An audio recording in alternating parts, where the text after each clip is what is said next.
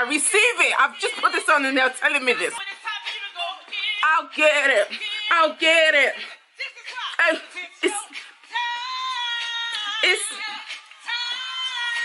it's your time. And it is my time and it's your time, guys. How are you doing, guys? My sexy slayers. Yes, it's 3 a.m. No, it's 4:25. Gosh, I've been up since 3, basically, is the long and short of it.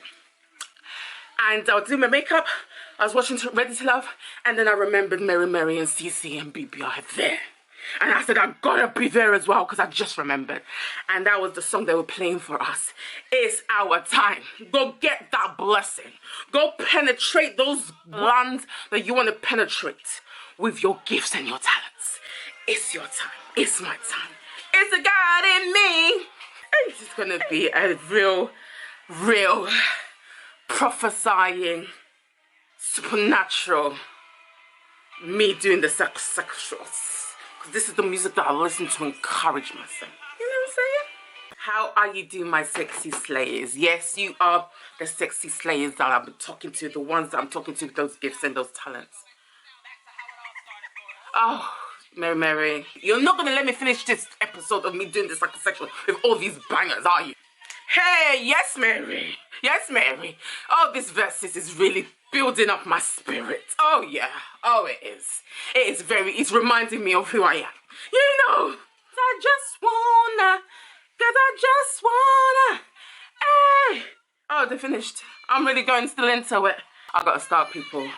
But guys, this means a lot to me. This song means a lot to me. This microphone. Let this microphone be a representation of when I say I've been doing the duels, when I've been serving the peoples. I've been serving through makeups, and now I'm serving through just giving my time and to a subject that we've been told we can't talk about. And I'm sacrificing those people that are going to be looking at me like, hey, Sylvia, is that you? You're just a little girl. And look what you're talking about. You're talking about sex. You're talking about sex.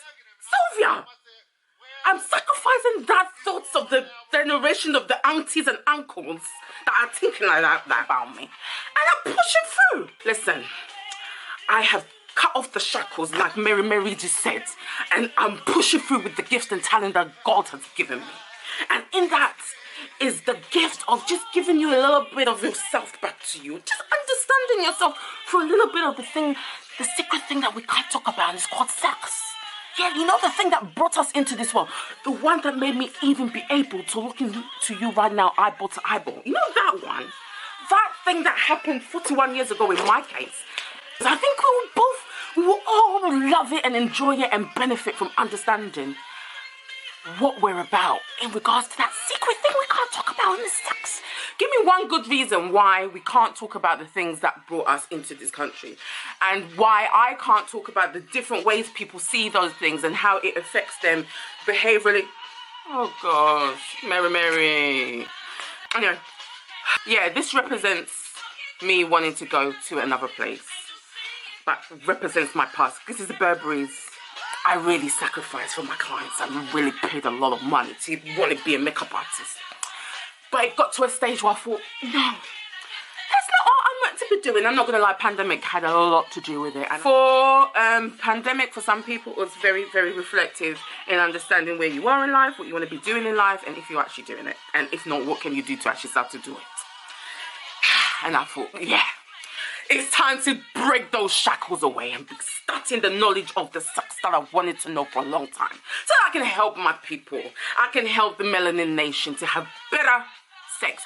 In whatever type of relationship you choose to be in, I can give you a little bit. We can work together and understand the different things that you can learn from them, from the way you are as a person and how they are as a person, how that thing can link into the bedroom. But then that has stuff to do with your attachment from your past, and if your attachments have had some things that have affected you in certain ways, how that can affect things for you intimately.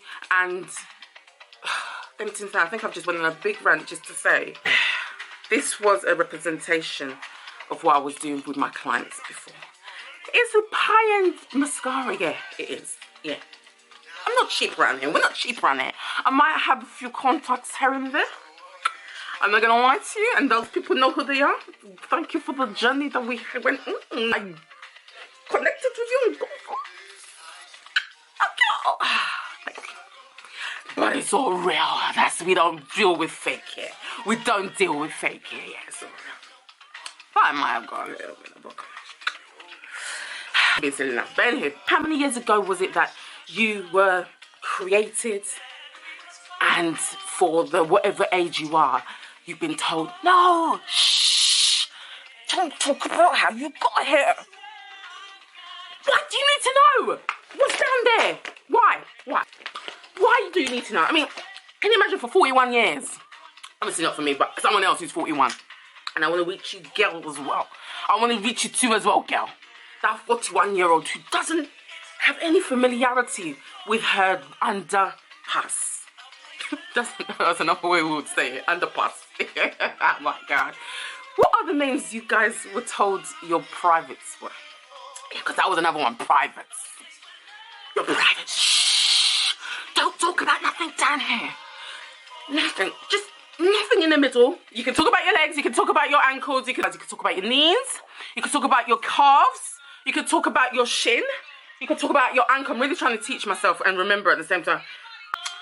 Anyway, guys, like I was saying, my name is Sylvia. Yeah, my earrings come off. Yeah, a bit of a fashion malfunction there. It's okay, I can readjust because, guys, come on. 3:30 in the morning, I started doing this small makeup for you guys because I thought, no, I can't come here all sleepy-eyed. No, me can't do that. I felt I looked a little bit ashy. But like I said, this is a representation of the past. I gave you a bit of quality with your faces. But now I want to give you a bit of quality in your minds about yourselves. In a nice way. In a way that only Sylvs can do it. Some of these things that I've connected to tonight is reminding me who I am. It really is. Thank you, Mary. Thank you, Cece. Thank you, BB. Thank you. Remember who you are, guys. Whatever you're going through, whatever you're looking to do, whatever you want to penetrate the world with, your gifts and your talents and all of them things there, just stay on it. Stay on it. Push through. Push through. That's the only thing I gotta tell you, guys. That's the only thing I'm gonna tell you. Because that is just it. You've got no other choice but to be yourself. You've got no other choice. Look, I'm in the middle of talking to you guys about giving you words of encouragement about yourself. I'm still not happy with my makeup, but it's okay. Like I said, it was a real quick one. There could have been a lot more done, but there wasn't. No foundation, literally a little bit of, again, the investment that I made in some Burberry's foundation. But... guys, you're not going to believe this car. I don't even believe it myself. I haven't even finished the intro. That's how bad it is, yeah. But from the intro, which was about 3 o'clock. No, it was 3:30-ish. And obviously I started listening to Mary and CC Winans verses and BB's White verses. And I just really got into the spirit of it all. I've been doing a TikTok for the past 3.5 hours. It's now 10 to 7 in the morning. And I'm still now coming to give you guys the Psychosexuals of episode 11 of Ready to Love. I've got to bang this out because no long things, guys.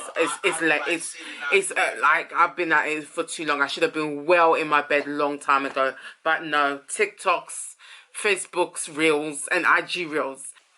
I got in the mix of TikToks. I got all my props, condoms. I got lube. I got serious on there. Go and see my TikToks. Go and see my Instagrams now. Go and see my IG. Guys, you got to show me some love. Look, I'm on live national YouTubes showing condoms. I'm sacrificing all the things that I've been told about sex. No, you shouldn't be talking about sex. No one should know about where they came from. Technical difficulties.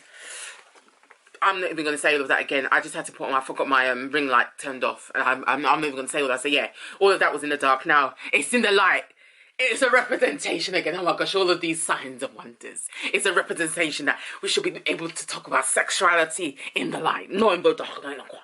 And I'm the one who's going to do that for the tribe of my sexy slaves. You sexy slaves. Today's way of talking about sex, but in a relational more type of way, is to give you those psychosexuals of episode 11 of Ready to Love. And guys, I haven't even asked you, how are you slaying? You're slaying in your houses, you're slaying in your business, you're slaying in your families, you're slaying in your schools, you're slaying in your futures, you're slaying in your colleges, you're slaying in your universities, you're slaying in your businesses, you're slaying in your networks, you're slaying in your empires, and you're slaying in your conglomerates. I think it's meant to be the other way around, but don't give a heck, you know what I'm talking about. And you're slaying in that land that you want to penetrate with your gifts and talents. That's where you're slaying, guys. You're already slaying there. Just keep at it. Just keep at it. Everything you're doing now is an asset to what you're gonna be in the future. Okay? And I'm just giving myself encouragement as well, because I didn't even think of it like that. I gotta be quick. I've been talking too much. Yeah, I've still got to hide these from my kids because they think, what the heck I'm doing with those. Yeah, I mean, you know, I'm still bounded by all some of these, you know, societal and African constructs. That sex is no good. Sex shouldn't be talked about and them things. I've got to hide it. I mean, you know, I'm still going to hide it. I mean, I'm going to put them away. And I'll start talking to you guys now. Just give me a minute. Let me just hide it. Oh my, it's 7 o'clock in the morning. One of them's bound to run in with their energetic selves. Guys, I'm here to give you the psychosexuals of Ready to Love episode 11. Let me get to it straight away. So this episode was all about the men introducing the women to their family. Clifton had Joy meet his uncle and auntie. They're so beautiful, and it was a nice meeting. I mean, you could tell that like Joy definitely would fit in. Definitely, they just meshed. However, some things did come up that I actually even didn't realize myself. Obviously, I know Clifton had kids, so the auntie asked, "What would you do if Clifton had to be a full-time dad?" And even Clifton was like, "What, full-time? Full-time? Me?" Not that he's saying in a bad way. And then Joy was like, "Yeah, no problem. I mean, I'm a godmother. I've been a teacher. I've got nieces and nephews. That's not a problem. That's not a problem. That's not a problem. Don't worry about that, darling. Don't worry about that. I got that. I got that. I'll be a good stepmother. I'll be a mother that steps up, even though I'm not their mother. Don't worry about that." And then I didn't realize this, obviously, and it was just, you know, just sprung up on all of us, that she lives in Mexico for 6 months of the year. And obviously that could be a problem in a relationship, depending on how, you know, the meaning of things for them, meaning of affection, meaning of communication, meaning of love, meaning of bonding, meaning of connection. All of that stuff is going to be jeopardized depending on how they are going to be when she goes to Mexico. If they can actually, you know, I'm pretty sure if they're obviously looking to stay together, because it was so sweet when you know, it was mentioned, Joy started getting emotional because she knows that's definitely a stumbling block in the relationship kind of like thing. So obviously in the confessionals, Clifton also brought up the fact that, you know, that could be a problem of her, you know, traveling, being away for 6 months of the time, because he's might want to be affectionate and them things, then she's nowhere to be seen. But like, if they're able to kind of arrange some sort of agreement that can allow them to still create a bond, and they can do that even via Zoom, they can talk. I mean, there's sexing if you really want to go down that route. There's, you know, watching movies together. There's still being there for each other, like, emotionally. That physicality might not be there, but there are still ways to actually, you know, I mean, maneuver and do what you got to do. I mean, if it depends on how long for, though. If they're both in it for the long haul, why not? It's just a temporary thing for them to actually work out what they want to do for their forever to start. You know what I'm saying? It can work. It can work. They look like they've got a strong bond. They look like there is something that they're definitely building. It depends how, you know, how long that arrangement can last for. If both of their meanings of sex, and it's so funny, this series, I don't know if they've been told to like lower it down when it comes to sex, but no one's really spoken about what they feel about sex and having sex and stuff like that, have they?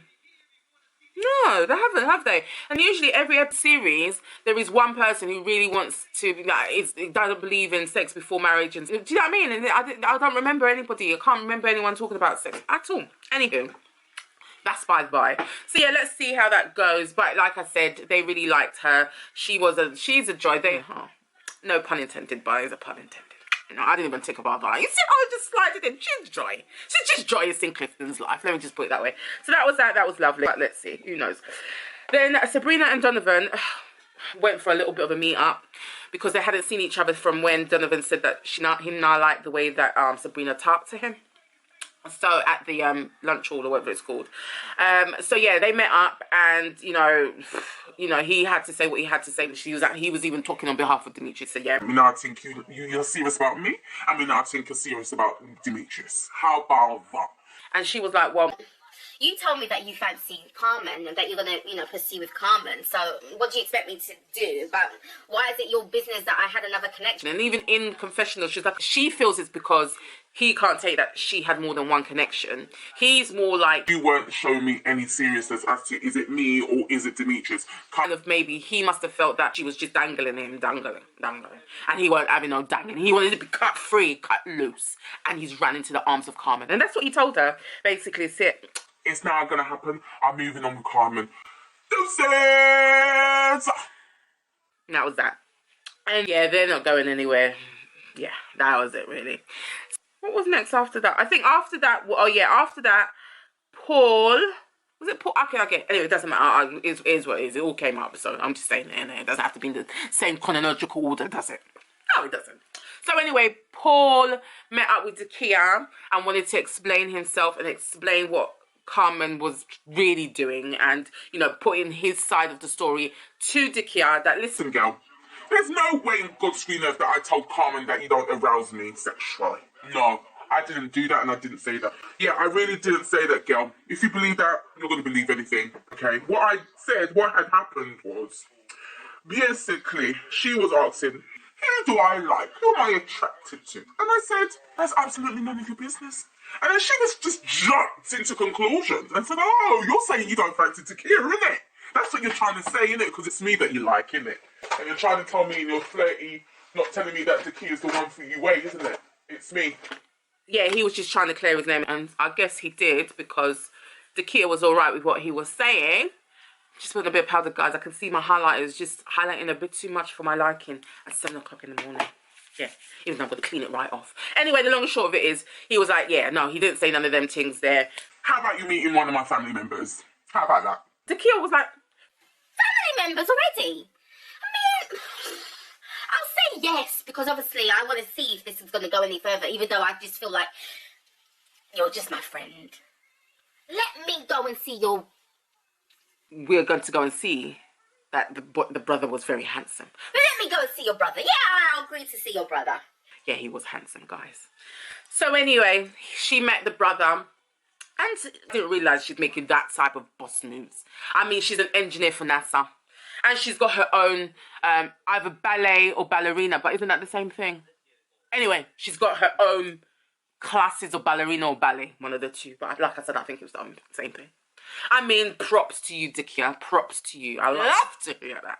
Yeah, so based on her being such a boss, she was like, yeah, she's a boss in her boss land of the workings that she works, in the businesses that she has, and the engineering that she does in the NASA's, yeah? When she comes home, she's happy for Paul to kind of take the reins, and I'm guessing from what she's saying, because she didn't say too much, but I'm guessing it's the more heteronormative way of the man is the head in the household is what she was meaning, because then she kind of agreed with the brother, who then said, yeah. Listen, how about this? Check this out. This is the scenario, yeah? You are the map teller. Paul is going to be the driver of the directions of the map that you tell him to go. Yeah? But in that telling of where to go, don't be then also stepping the boundaries and trying to tell him how to drive the car that you're going. So don't say slow down. I mean, if he wants to speed, if he's meant to be doing 60 miles an hour and he decides to do 70, you don't step in there and say, listen, slow down and also take a right. No. Stay in your lane while you're telling Paul the direction to go in. Don't be telling him, slow down, reverse. No, he can do all them things there. You're just giving the direction. He's going to be doing the functioning of that direction. Okay? And it's a good way to kind of see how, you know, the neck and the head works. I mean, you know, without the neck, my head won't be moving. Without the head, the neck wouldn't be moving. The neck wouldn't function. I mean, it would just, I don't even want to visualize that. You know what I'm saying? So it's a good analogy. I got it. But it's all to do with how you see yourselves in relationships. Because there's some women who wouldn't want to or need or feel that, oh gosh, see, I told you one of the kids' winks are going to be getting up because it's the time for them to be getting up. And I've been doing my TikToks from 3 o'clock in the morning. Good morning, baby. Go and lie down though. Mummy coming, okay? I understand that you would really be up at this time, but look at your gorgeous smile. Good morning, my baby. Okay, give mommy a kiss. It's 7 o'clock, but go to bed. Mommy coming, okay? Mommy coming. I love you. I told you they're going to be up. I gotta hurry up. Basically, yeah, the long and short of it is, There's different ways of being in a relationship. There's some men that want to be the head of the relationship and, give the, directions. There's some women that men allow to be the head of the relationship because that's just how they are. They're comfortable enough in their masculinity to allow that. And there's relationships that there's just equality down the line. Maybe there are different things in terms of what we have been internalized to believe, like different gender roles should take responsibility over. So maybe as a man, possibly still feeling like going out, he should pay and stuff like that. But at the same time, with decisions, there's still an equilibrium in the decision-making process. Or it could be a man that feels, no, 50-50. And a woman that's happy to be in a 50-50 relationship. Like I was saying to you before, like I've said quite a few times, there's so many different schools of thoughts when it comes to the dynamics of a relationship and the different responsibilities that people take on in relationship based on sometimes their gender roles, stereotypical views of being a man or being a woman, or sometimes it's based on learned experiences. Sometimes learned experiences in a negative to a positive way or positive to a negative way. So let's put it this way: if someone grew up in poverty without having anything and then believing that they should be going into a relationship that they should be taken care of because they didn't have it in the past, there's that type of mentality. There's also, and I'm not saying male or female because it could be either or. There's some men that go into relationships with women and also expect to be looked after monetarily wise. Let's not get it twisted. It's not just always women that want that type of security and them things there. Okay. But there's also the positive where someone has seen a positive representation of how a parent should be. And then, because it's all to do with, your interactions with your primary caregivers and your primary social background as to what you might potentially believe you deserve or want in a relationship. So again, like if someone grew up in poverty, they might want to go into a relationship where they are fully looked after. Or the opposite, they might want to go into a relationship where they're fully self-sufficient because they've had to be. They haven't had it any other way. They might even feel funny to even give someone those reins of being the head of the house because of the fact that they've had to actually look after themselves for such a long time or for a time before they met. Does that make sense? I hope I'm making sense. I know I've gone off on a tangent, but I just wanted to add a bit of psychosexual. So the point of the matter is, I feel like I haven't given enough examples, but I think I've given enough, I hope, because then I've just left you lot dangling. Giving you psychosexuals, but dangling in the air.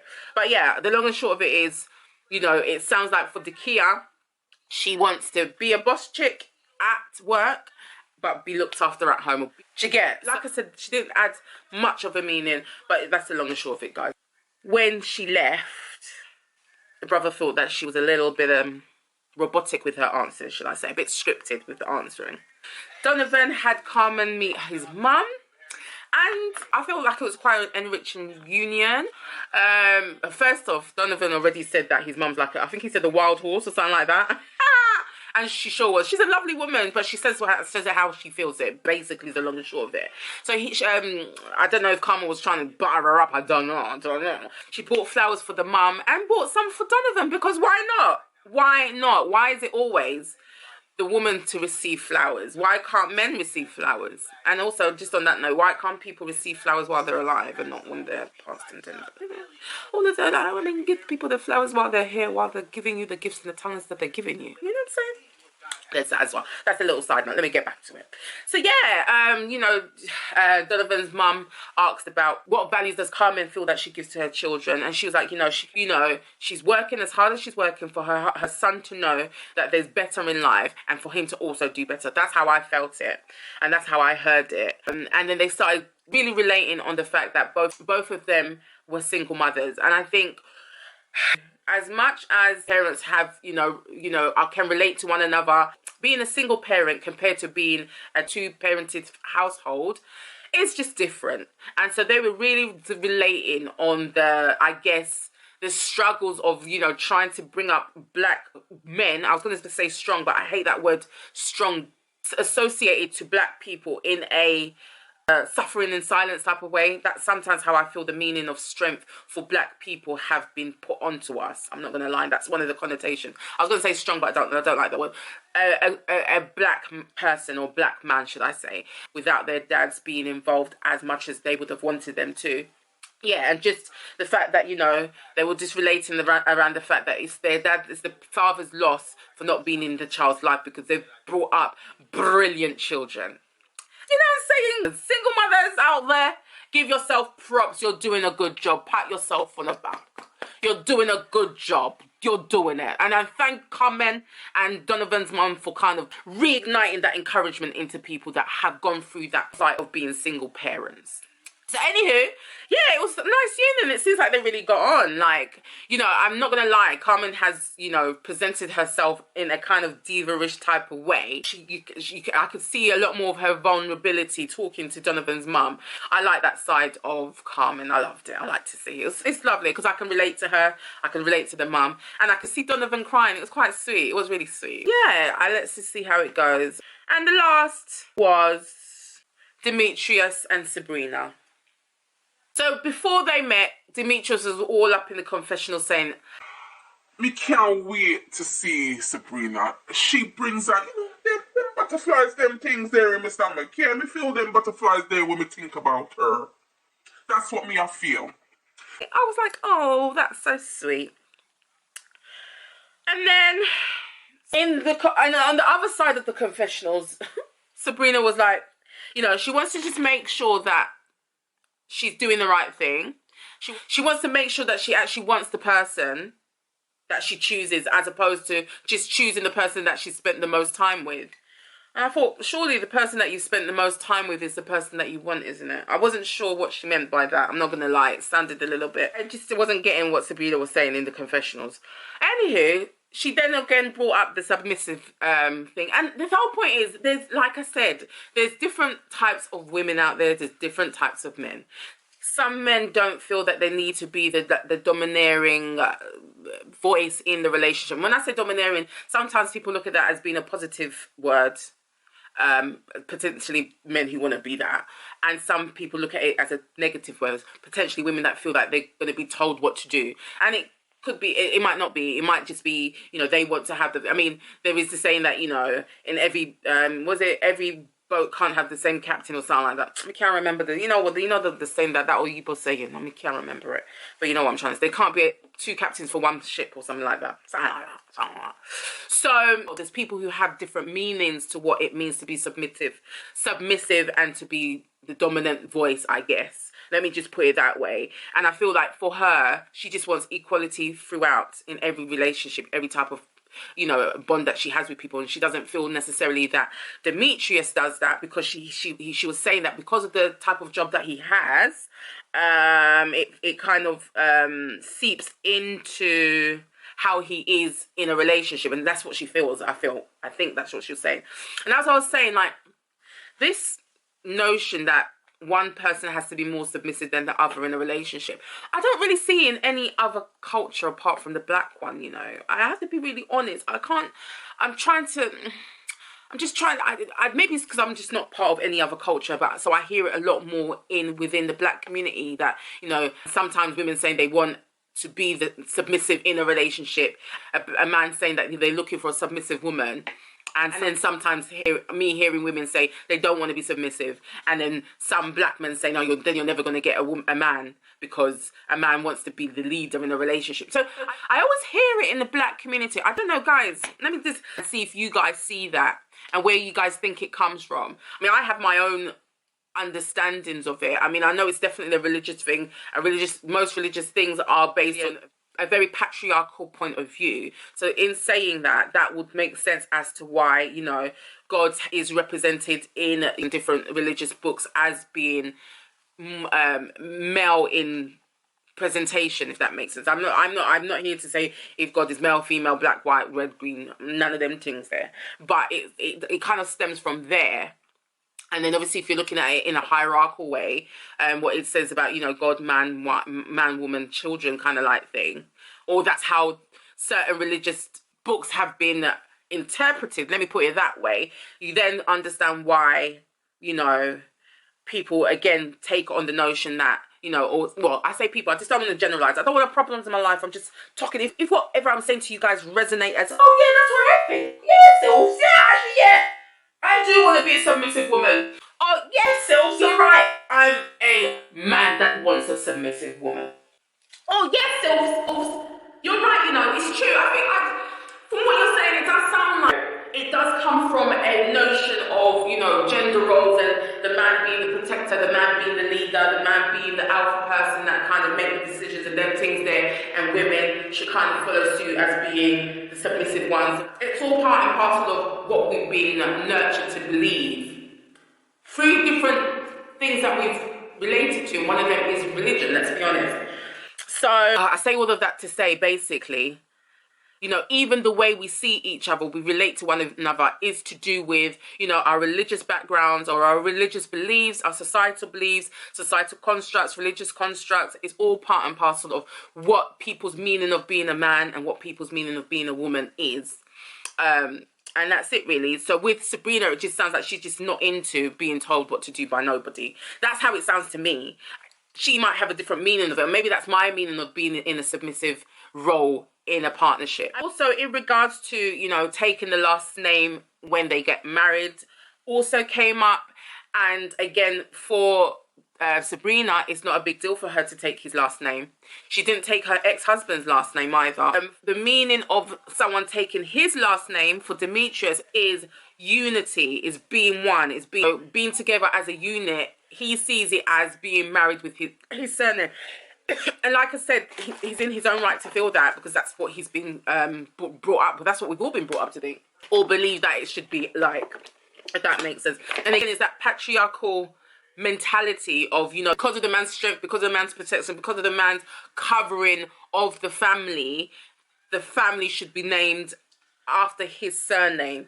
Does that make sense? I hope I'm making sense, guys. And Sabrina's like, oh, can't being one, being together, and not having your last name live separately. So again, different meanings, different ways of seeing a connection, different ways of being together, basically. And I don't know what's going to happen if they're going to last, because it just sounds like their values are different, and there's nothing wrong with that. Neither of them are in the wrong. It's just what they want, basically. You know, because, you know, Demetrius was explaining it as, I'm not going to have my last name as the legacy within that family that I've created with you to move forward. That's not fair. It's how I heard him say it. But then at the same time, me even like saying it out and saying it's not fair, looking at it from the, let's just say, the more recent mindset of not taking someone's surname, it's not fair for the woman not to have her legacy go forward as well, if that makes sense. If I'm giving the equality, you know what I'm saying, guys? I'm all about equality on this station. I get the, you know, societal constructs that we've been growing up and internalized into our system, and then I flip it. You know, I flipped it. What if he took her name? What if they just didn't have the same surname? Where's the fairness for her in that? If it is something to do with being fair and not fair. Do you get? And obviously the connotation of it being fair is then also still building into that internalized notion, even for me, that once you're married, you take your man's name. Do you get what I mean? Your man's surname is what moves forward, and yours just stays wherever it is. And you say bye to your family, and you go. And again, that's another heteronormative way of even seeing marriage. And I mean, I don't know. And people will have their own, you know, connotations of this. Some people are going to think it's a disrespect. Some people are going to think, oh, she's not serious. Some people are going to think, oh, she's actually being wise. Some people are going to think, why not? And some people are going to think, Sylvia, hurry up and say what it is that we're meant to be thinking about, because you haven't even given us the scenario. Sorry, guys. Okay. So Demetrius said, you know what, my family are in town, girl. I still think you're the one. Fair enough, you don't want to take my surname. Fair enough, you might think I'm going to want you to be submissive. I didn't say that. My friend told you that, okay? And even though my friend should know me, because that's why I even brought him into the show, because he knows me really well. And that's why I wanted him to actually understand you, to know you, so that he could give me advice about you, okay? But I'm not the person that he says that I am, okay? I want you to still see my family. I want you to meet them. Yeah, that's my offer to you. What do you say? Sabrina kind of said, you know what? The computer says no, you know. I don't think we're in that space. I mean, the representation that we will go and represent there. Your family are not going to want me to be in your family.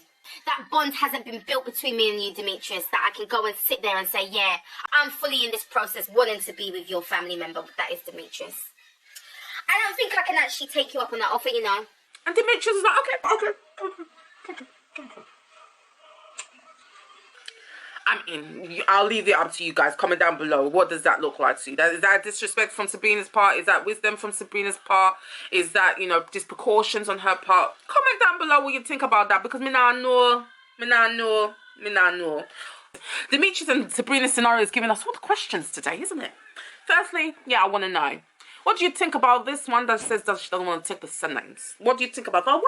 And secondly, what do you think also about what she said about not wanting to see his family? Do you think she has valid reasons, or do you think she's making excuses? Comment down below, guys. Comment down below. Thanks. So anyway, they went to deliberations again with Tommy. Then Demetrius kind of told Tommy what was going on with Sabrina and how she kind of said no to his offer of meeting the family. And Tommy was like, well, boy, you know what, me not sure. I'm not really buying Sabrina saying that she don't want to see my family. These are my people. I mean, I want you to see my people, showing you how serious I am about you. And you know, I want to see my people. No, I'm not being funny. I would take that some type of way, you know, Demetrius. Me, Tommy. Nephew Tommy, me, yeah, I would. I'm not sure about that one, Demetrius. I mean, you gotta use your wisdom. And Demetrius was there all shaking his head like this. Confessionals. Demetrius was like, oh, he does feel what Sabrina's saying, and he does feel that he can build something with her. And he also feels that they have the same type of communication. So again, Sabrina might have potentially just, you know, had jumped into conclusions as to how she feels that Demetrius is, in terms of wanting a submissive woman. And Demetrius is thinking, no, I want to actually hear from you because I've got the same communicative style as you. Does that make sense? I hope I'm making sense, because it sounds like he feels like they're on a par, they're on level, even though Sabrina thought something else. I'm guessing he's okay with her kind of turning him down from not seeing his family, because they're going to build on the communication they have, and then hopefully, I'm guessing that's because I was shocked. I thought he was getting the pearls of wisdom that Tommy was trying to penetrate into him, but clearly not. So there was that. And then that was it basically, guys. Nobody went home. But Tommy did say there's going to be a curveball next week. We don't know what that curveball is going to be. We've got to tune in next week to find out, guys. And that's it, guys. That's the end of me giving you guys the Psychosexuals. You know what? Let me put on a song that has actually really moved me today. But sometimes you just need the reminder. You just need a reminder of who you are. You know? You need that reminder. And there's a meme. I'm going to put it here. This is the meme that represents me right about now. This is the meme. And we all get like that. Listen, I might be smiley sometimes, but sometimes I'm not. Okay? Let me be honest with you. Let me also show you my vulnerability signs. You know what I'm saying? Sometimes it's not all roses in Sylvs land. No, it's not. Sometimes there's, I'm tired. I'm just tired. But I'm reminded by this song, guys. And anybody out there, you guys just tap into this encouragement right about now. Whatever it is you are doing, guys, just continue. It's your consistency that's going to get you there. It's your consistency, okay? So just continue. I keep on showing you the condoms. That's my future. And that condoms, like I said, I could have brought a sex toy in, but like I said, I'm not at that stage of, you know, breaking these black cultural things that even been put on me that you shouldn't have sex toys, because I don't have sex toys. I don't. It's just condoms I have. Why do I have condoms? It's just... it's a presentational tool for you guys. That's why I've got those condoms. Yeah, that's why. I'm breaking those shackles of thinking I shouldn't do this. I can't do that. I'm not worthy of this. I'm not worthy of that. I'm worthy of everything that is coming my way. And you are worthy of everything that's coming your way, guys. You know, listen, you got to upgrade yourself and believe in yourself. What do you mean? But like I said, it's not all the days that I think like that. Sometimes you just want it to happen right about now. Yeah, I'm not gonna lie to you guys. Sometimes that's how I feel. I want to be able to give you all the information that I know right now, so that I'm giving my sexy slaves everything that I'm meant to be giving you. I want like 10 years of the work that I'm going to be doing in the next 10 years to happen now, because in 10 years time I'm not going to be where I am now. Where do I want to get to, you may ask? I keep on telling you, I just want to give you guys all the psychosexuals that I can give you guys. I want to break all those shackles of not being able to talk about sex the way that we've been told we can't talk about sex. Listen, sex is not just about penetration. No. It's about connection. It's about chemistry. It's about intimacy. And how do you get all of those things? Through communication. but through also understanding yourselves and understanding what you enjoy, understanding your erotic templates. What's your erotic template, you may ask? Your erotic template is basically everything that you enjoy when it comes to sex. Everything you don't know that you enjoy when it comes to sex. Everything that you would do when it comes to sex. And everything that you wouldn't do when it comes to sex. And it can be all different colors. So you might have a kink here. You might have a ting-a-ling there. You might have sensuality there. You might have connectivity there. You might have reading there. You might have paint there. You might have food, using food for sex there. You might have using sex toys for sex there. All the things that you like when it comes to sex. That's what your erotic template represents. Guys, talking too much now, but the whole point of the matter is I'm here to fill in those gaps where the sexual education wasn't given to us how it should be. Forgive all of this, guys. I did have a client I did some makeup this morning for clients for photo shoots. And that photo shoot's gonna be big, but you're gonna hear about it another time, okay? Guys, listen, I've got a lot of bows to my, string to my bows, yeah. This makeup thing, like I said, all of this represents the last of the last when it comes to my makeup career. It does. Oh, I've put the condoms away, but the condoms, let me just show it quickly before my kids come. Get up again. Let me quickly show you. Look, guys, condoms and lube. Look how secretively I have to do it, because even myself, coming from this black culture that I come from, I mean, how could I be holding condoms like this in front of the camera like this? It's not something that we do. But guys, I'm doing it for you guys. I'm doing it for myself. Because what do you mean? How can I not know nothing about my mid-region? How can you not know nothing about your mid-region? You don't know where your labia majora is. You don't know where your clitoris is. You don't know where your penis shaft is. You don't know where your corpus spongimosum or whatever you call it is. I mean, we gotta know about these things then. Because secretly I shouldn't be doing it. You know how these black people are. We shouldn't be talking about these things. What do you mean? No poor girl like me. Why am I talking about these things? That's what aunties are saying behind my back. I don't care what they're saying. I'm in front of you guys and talking about these things because we gotta know about them. What do you mean? So come on, guys. Don't let me be holding condoms in vain. Share this. Let other people know that there's someone in the black community that is willing to take the baton and be holding lubes, lubrications, and condoms on the camera for you guys. I mean, what do you mean? Anyway, so yeah, this is the song that was on. Guys, you know where to find me now. Sex Talk with Sylvs. Sex is spelled differently because, again, like I'm telling you, you see, even the way I have to spell my name is because of the point of reason of what I talk about. We can't talk about sex like that. You know what I'm saying? So it's S-E-C-K-S. Talk with Sylvs. Okay? Guys, this is the song that I said I heard when I put on the verses this morning at 3 o'clock. It's now 8 o'clock, 5 hours ago. Oh my gosh, Sylvia, what have you been doing for 5 hours? Doing TikTok. One TikToker. Go get him. Go get your blessing. Go get it. Go get it. Go get it. It's your time. It's your time. Hey guys, go get that blessings. Go get it. Go get that tribe of people that you're meant to be penetrating with your gifts and talents. Go and get that success. And go and be those sexy slaves that you're meant to be. But why are you doing all of them things there? This is the explanation of my TikTok. Let me be teaching you about sexuality. Yeah, about sexuality. Your sexuality. Yeah, nobody else is. Who else is? I mean, you're going to get in where you fit in with all the information I tell you sexually. And no, I'm not going to be showing what brand of condoms and them things there. What do you mean? You got to sponsor me for that. What are you talking about? Guys, I'm loving you and leaving you. See you in the next episode. Oh gosh. I feel like I've been refilled with the spirits of my gifts and talents today. A reminder of my gifts and talents. I hope you've been through the verses and through what I've just said to you guys today. I've spoken so much more than I meant to. Go to my TikTok, go to my Instagram, go to my Facebooks, go to my YouTubes. Yes, this is YouTube, right? Go there again. Go to my LinkedIn. All them places are going to have that TikToks that I've just done. Okay? But it's not just go there for that. Go there and follow, subscribe, like, comment. All them things that you're meant to do. Feel free to do it, guys. Okay? Love you and leave you guys. Good night or good morning. It's 8 o'clock, guys. That's, while I'm here, I might as well just promote everything in it. This is my Instagram, guys. Yeah, this is my Instagram. Yeah, Sex Talk with Sylvs, guys. Yeah. And my story, I started 4 hours ago. Can you see 4 hours? Can you see 4 hours? Yeah, can you see? And can you see it says 3 a.m.? Can you see? Can you see? And now it's 7:57, guys. I'm dedicated to this, guys. What do you mean? I'm dedicated to it.